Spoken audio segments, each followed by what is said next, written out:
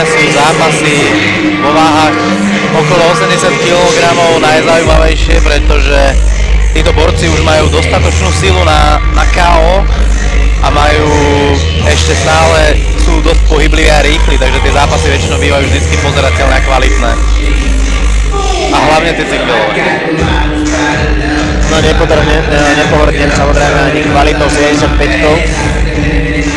Samozrejme. 7-2. To je taká optimálna váha, ktorú si viem predstaviť. 70-ky sú rozšírené v Európe. Je tu naozaj pretlak borcov okolo 75 kg. Miro Cingel, biele rukavice s čiernym. Super bielo-červené rukavice.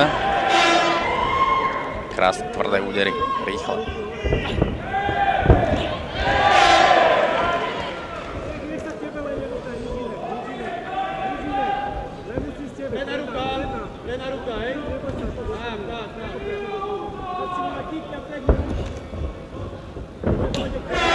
Aj kick blokovaný. Áno, aj ono. Otočil sa super chrbtom, ten low kick nepadol, takže Miro mal dosť priestoru. A vidím na tom borcovi, že to už je o niečom inom. Cingel je meno, ktoré treba sledovať. To od prvého úderu som si všimol, že tam je razancia, presnosť, štýl. Presne tak. To není naučené toto.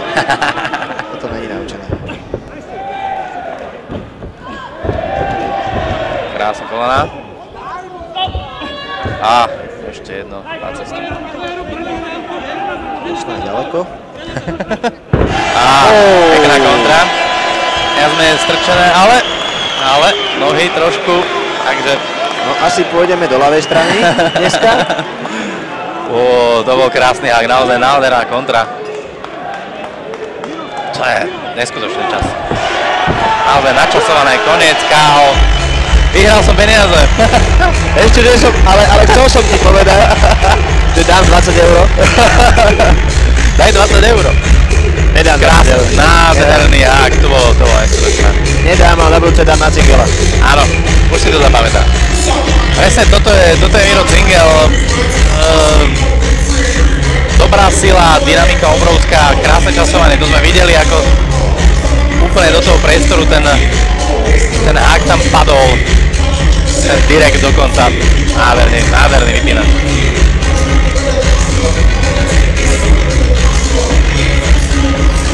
Pred zápasom som mu akurát vravel, že dúfam, Miro, že sa neohreješ v ringu dlhšie ako minútu.